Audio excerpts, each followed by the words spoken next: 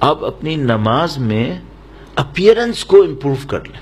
مثال کے طور پر باڈی کی کچھ پوزیشنز ہیں نماز کے اندر مانگی گئی ہیں، مستحب ہیں، اس کو پورا کریں. چھوٹا سا ایک پوائنٹ عرض کروں، کنٹرول بھی بڑھے گا، نماز بھی امپروو ہوگی. پوری نماز کے اندر انگلیاں کھول کے نہیں رکھنی ہوتی، بند کرنی ہوتی. اسے نہیں کھولیں. آپ کہیں گے اتنی سی بات کرو، اللہ نے مانگا ہے کر لو. جب آپ کھڑے ہوں مرد کے لیے ہاتھوں کو زانوں کے اوپر رکھنا ہے، سائڈ میں نہیں رکھنا ہے، سامنے رکھنا ہے. سامنے رکھو.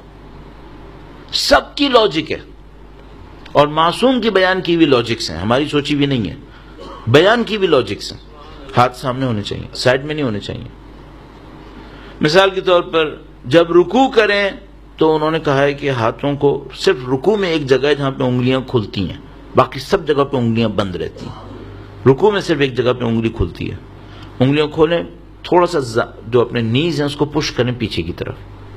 کمر اسٹریٹ ہونی چاہیے، گردن بھی سیدھی ہو، جھکی بھی نہیں ہو، اسٹریٹ رکھیں. کانسیپٹ کیا ہے؟ کانسیپٹ یہ ہے کہ خدا میں تیرے راستے میں گردن کٹوانے کو تیار ہوں. مثلا جب آپ کھڑے ہوں تو آپ کے پاؤں، دونوں پاؤں قبلے کی طرف ہونے چاہیے، ٹیڑھے نہیں ہونے چاہیے. کوئی کہے کہ حرام ہے، حرام نہیں ہے، مستحب ہے. اس سے نماز امپروو ہوگی، اور نماز امپروو ہوگی تو یہ سمجھ لو آپ نے سب کچھ ٹریگر کر دیا، بہتر ہوتا چلا جائے گا. تو پاؤں بالکل سیدھے ہوں، تھوڑا سا گیپ دیں اور قبلے کی طرف ہوں. ہاتھ انگلیاں بند، زانوں کے اوپر ہونے چاہیے. جب آپ قیام کریں، سورہ اور رکوع پڑھ رہے ہیں، مثلا ہم پڑھ رہے ہیں، تو کیا سوچیں؟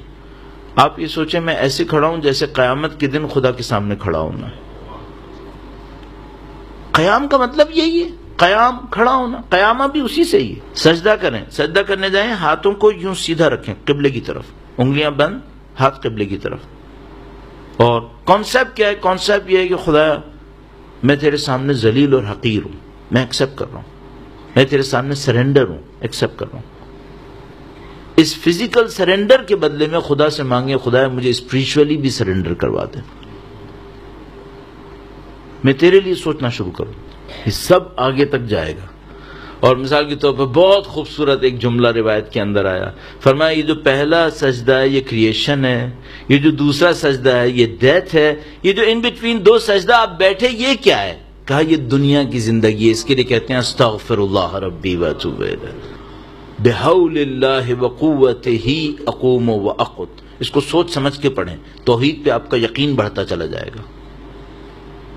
سمع اللہ لمن حمیدہ، اس کو سوچ سمجھ کے کہیں، آپ کی حمد خدا تک پہنچنے کے قابل ہو جائے گی. نماز کو اہمیت ہے، نماز پہ اور زیادہ کنٹرول بڑھا. جتنی آپ کی نماز اچھی ہوتی چلی جائے گی، آپ کی اٹینشن بڑھتی چلی جائے گی، آپ کی کیپیسٹی بڑھتی چلی جائے گی. اور میں آپ کی خدمت میں ایک عجیب بات اور عرض کر دوں، آپ کے ذہن میں ایسے کانسیپٹس کلیئر ہوں گے جو پڑھنے سے کلیئر ہو ہی نہیں سکتے. یہ میں آپ کو گارنٹی سے عرض کر رہا ہوں. بعض اوقات گارنٹی دینا بہت سخت کام ہوتا ہے، لیکن یہ ہے کہ یہ میں آپ کو گارنٹی سے عرض کر رہا ہوں. یہ نماز بہت عجیب چیز ہے.